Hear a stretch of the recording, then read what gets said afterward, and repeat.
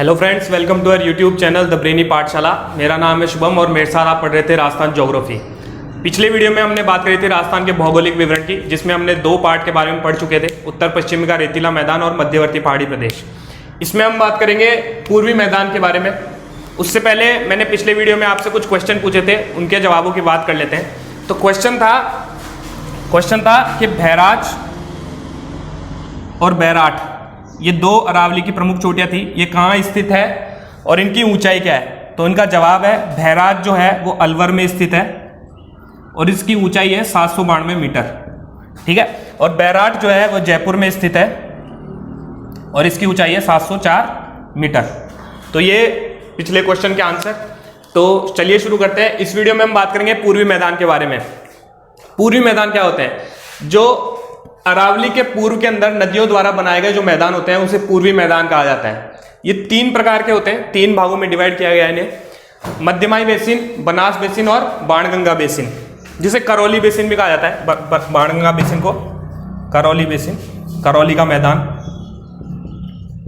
ये भी कहा जाता है। तो तीन भागों में बांटे इसे, मध्यमाई बेसिन, बनास बेसिन और बाणगंगा बेसिन। मध्यमाई बेसिन के अंतर्गत आने वाले जिले कौन कौन से हैं? बांसवाड़ा, डूंगरपुर और प्रतापगढ़।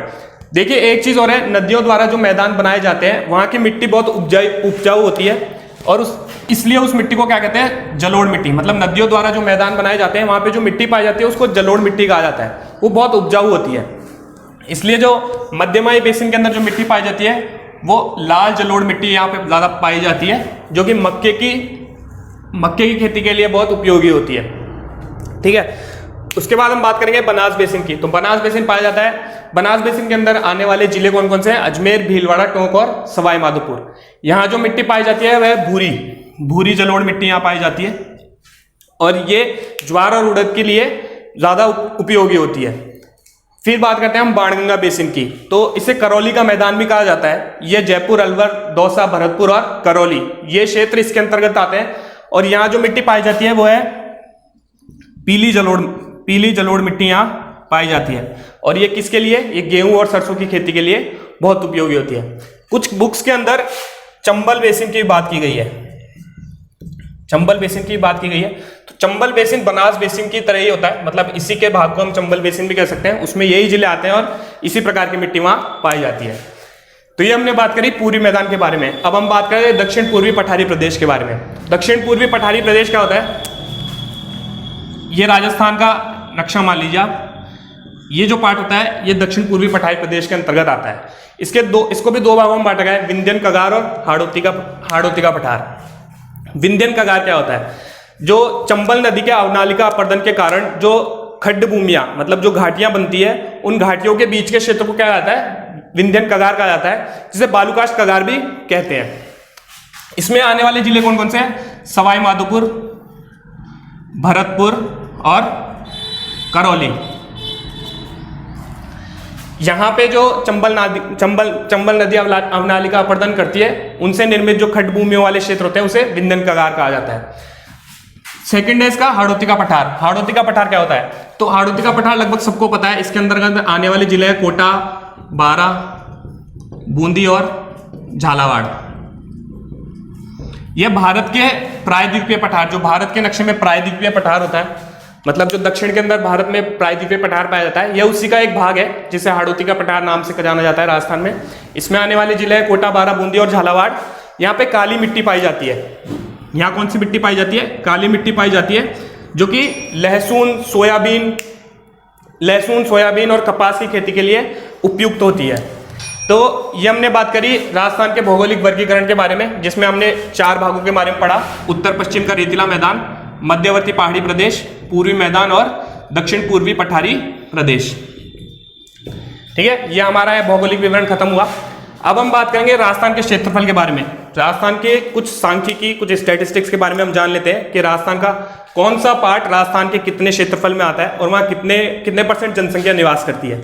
तो हम राजस्थान के क्षेत्रफल की बात करें अगर, तो जो पहला भाग है उत्तर पश्चिम का रेतीला मैदान, यह राजस्थान में इसका क्षेत्रफल है 61%, मतलब 61% पार्ट राजस्थान के नक्शे का 61% पार्ट उत्तर पश्चिमी रेतीला मैदान के अंतर्गत आता है और यहाँ 40% जनसंख्या निवास करती है। दूसरे की बात करें हम मध्यवर्ती पहाड़ी प्रदेश की, तो 8.6% भाग इसका आता है मध्यवर्ती पहाड़ी प्रदेश के अंतर्गत, जहां पे 10% जनसंख्या निवास करती है। तीसरे की हम बात करें पूर्वी मैदान, तो पूर्वी मैदान जो है ये पार्ट, ये पूर्वी मैदान का है।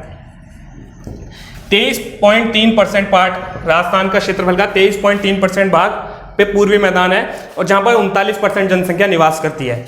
चौथा है दक्षिण पूर्वी पठारी प्रदेश, जो हमने आज पढ़ा।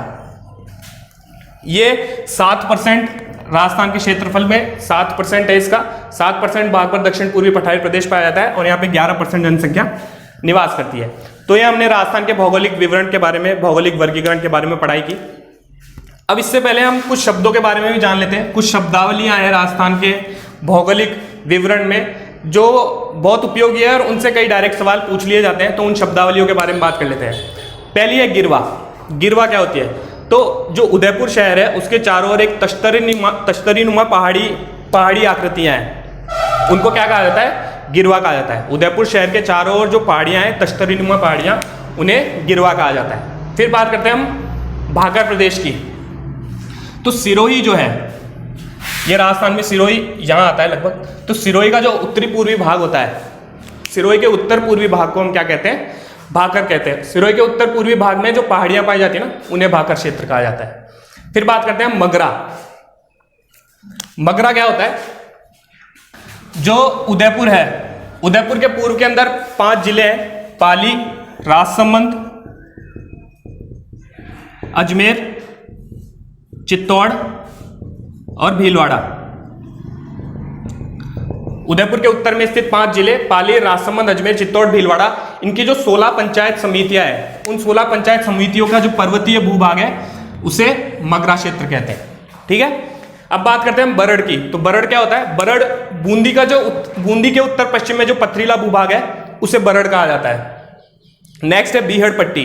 बीहड़ पट्टी क्या होती है?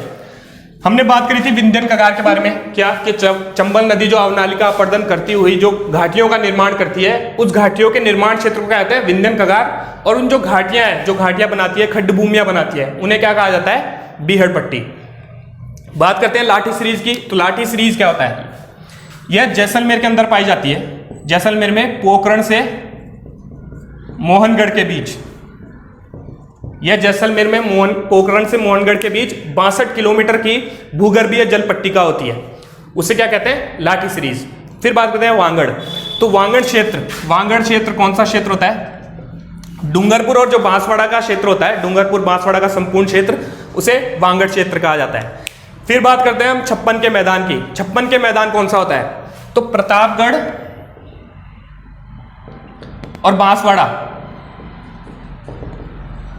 प्रतापगढ़ और बांसवाड़ा के 56 गांव समूह है, या 56 नदी नाले या गांव समूह मिलकर किसका निर्माण करते हैं? छप्पन के मैदान का। मतलब छप्पन का मैदान किसे कहा जाता है? प्रतापगढ़ और बांसवाड़ा के 56 गांवों का या नदी नालों के समूह को क्या कहा जाता है? छप्पन का मैदान। देवलिया कहा जाता है प्रतापगढ़ को। जब रियासती काल चलता था उस टाइम पे प्रतापगढ़ को देवलिया कहा जाता था।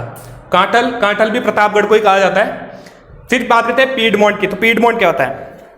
देखिए, पीडमोंट होता है जो पर्वतीय भूभाग होता है, पर्वतीय क्षेत्र होता है। पर्वतीय क्षेत्र के अंदर जो कंकड़नुमा पहाड़ी टीलानुमा मैदान पाए जाते हैं। जो पर्वतीय क्षेत्र होता है वहां पर कंकड़नुमा पहाड़ी टीलानुमा मैदान पाए जाते हैं, जिन्हें पीडमोंट कहा जाता है। ये कहाँ मिलते हैं? ये राजस्थान में ज्यादातर मिलते हैं। राजसमंद में, देवगढ़ या इसके आसपास के एरिया के अंदर पीडमोंट ज्यादातर पाए जाते हैं। कुबड़ पट्टी क्या होती है? कुबड़ पट्टी होती है वह क्षेत्र, उस क्षेत्र को कुबड़ पट्टी कहा जाता है जहां पानी में फ्लोराइड की मात्रा बहुत अधिक होती है, और फ्लोराइड की मात्रा ज़्यादा होने के कारण वहाँ के लोगों को अस्थियां विकृत जैसे रोग होने लग जाते हैं, उनकी कुबड़ निकलने लग जाती है, या हड्डियों से संबंधित रोग हो जाते हैं। तो उस क्षेत्र को क्या कहते हैं? कुबड़ पट्टी। ये कहाँ पाया जाता है? ये अजमेर नागौर के आसपास पाया जाता है ज़्यादातर ये क्षेत्र। और अब फ्लोराइड की मात्रा किस लेवल से अधिक होनी चाहिए? तो 1.5 ppm। इससे ज़्यादा अगर पानी में फ्लोराइड की मात्रा है तो वो पानी नुकसानदायक होता है उसके कारण अस्थि विकृत वाले रोग हो सकते हैं। 1.5 ppm, यहाँ ppm का मतलब है पार्टिकल्स पर मिलियन। ठीक है, तो इस वीडियो में हमने बात करी राजस्थान के भौगोलिक वर्गीकरण के बारे में, कुछ शब्दावलियों के बारे में और राजस्थान का क्षेत्रफल की। एक चीज और, हम थार मरुस्थल के बारे में भी थोड़ा पढ़ लेते हैं कि थार मरुस्थल कहाँ है, कितना % है। तो थार की हम बात करें तो थार मरुस्थल 2 देशों में आता है, पाकिस्तान में और भारत में। पाकिस्तान में इसका 15% पार्ट पाकिस्तान में आता है और 85% पार्ट इसका भारत के अंतर्गत आता है। भारत में भी 4 राज्यों के अंदर थार मरुस्थल आता है, पंजाब, हरियाणा, राजस्थान और गुजरात। पंजाब के अंदर आता है 8% भाग इसका पंजाब में आता है, 6% भाग इसका हरियाणा में आता है, 58% सबसे ज्यादा थार मरुस्थल का पार्ट आता है राजस्थान के अंदर 58% और 13% भाग इसका आता है गुजरात के अंदर। ठीक है, ये थार मरुस्थल की हमने बात कर ली। 2 देशों में आता है, पाकिस्तान और भारत के अंदर। 15% भाग थार मरुस्थल का पाकिस्तान के अंतर्गत आता है और 85% भाग भारत के अंतर्गत आता है। तो इस वीडियो में हमने बात कर ली है राजस्थान के भौगोलिक विवरण के बारे में। हमने राजस्थान का भौगोलिक वर्गीकरण पढ़ा जिसमें 4 भाग थे, उत्तर पश्चिम का रेतीला मैदान, मध्यवर्ती पहाड़ी प्रदेश, पूर्वी मैदान और दक्षिण पूर्वी पठारी प्रदेश। हमने उनके बारे में बात करी, कुछ शब्दावलियों के बारे में बात करी जो राजस्थान के भौगोलिक वर्गीकरण में बहुत काम आई थी हमारे। राजस्थान के सांख्यिकी स्टैटिस्टिक्स के बारे में बात करी, राजस्थान का क्षेत्रफल में किस पार्ट का कितना % भाग राजस्थान में है, थार मरुस्थल की हमने बात करी। 2 चीजें मैं आपको और बताता हूं जो बहुत इंपॉर्टेंट है, ज्यादातर सवाल आते हैं, बहुत बार सवाल आते हैं इनसे। एक तो है सफेद धोरे। सफेद धोरे क्या होते हैं, कहां पाए जाते हैं? तो सफेद धोरे बाड़मेर के धोरीमन्ना जिले में सफेद धोरे पाए जाते हैं। इन्हें सफेद धोरे कहा क्यों जाता है? देखिए, बाड़मेर जो है, बाड़मेर कच्छ के रण के पास में होता है। तो कच्छ के रण में जो लवण पाया जाता है वो हवा के माध्यम से उड़कर इन धोरों पर आ जाता है। जो बाड़मेर में धोरे मिलते हैं उन धोरों पर आ जाता है और वो उस लवण के कारण सफेद कलर के दिखने लगते हैं, इसलिए इन्हें सफेद धोरे कहा जाता है जो बाड़मेर के धोरीमन्ना में मिलते हैं। दूसरा है अरावली का विस्तार, कि अरावली का विस्तार किस जिले में सबसे ज्यादा है और किस जिले में सबसे कम है? तो अरावली का विस्तार सबसे ज्यादा है उदयपुर जिले में और सबसे कम है अजमेर जिले में। ये बहुत बार क्वेश्चन आता है कि अरावली का विस्तार किस जिले में सबसे ज्यादा है और किस जिले में सबसे कम है। तो इसका आंसर है उदयपुर जिले में अरावली का विस्तार सबसे ज्यादा है और अजमेर में सबसे कम। तो तो ठीक है, आज के लिए बस इतना ही। हमने बहुत सारी चीजें पढ़ ली है, भौगोलिक विवरण तो हमने खत्म कर लिया है। अगले वीडियो में हम बात करेंगे राजस्थान की पहाड़ियों के बारे में और दर्रों के बारे में। अगर आपको हमारा ये वीडियो पसंद आया तो प्लीज इसे लाइक कीजिए, कमेंट कीजिए और ज्यादा से ज्यादा लोगों के साथ शेयर कीजिए और चैनल को सब्सक्राइब कीजिए, बेल आइकन पर प्रेस कीजिए ताकि आपको हमारे आने वाली वीडियो की अपडेट्स मिलती रहे। धन्यवाद।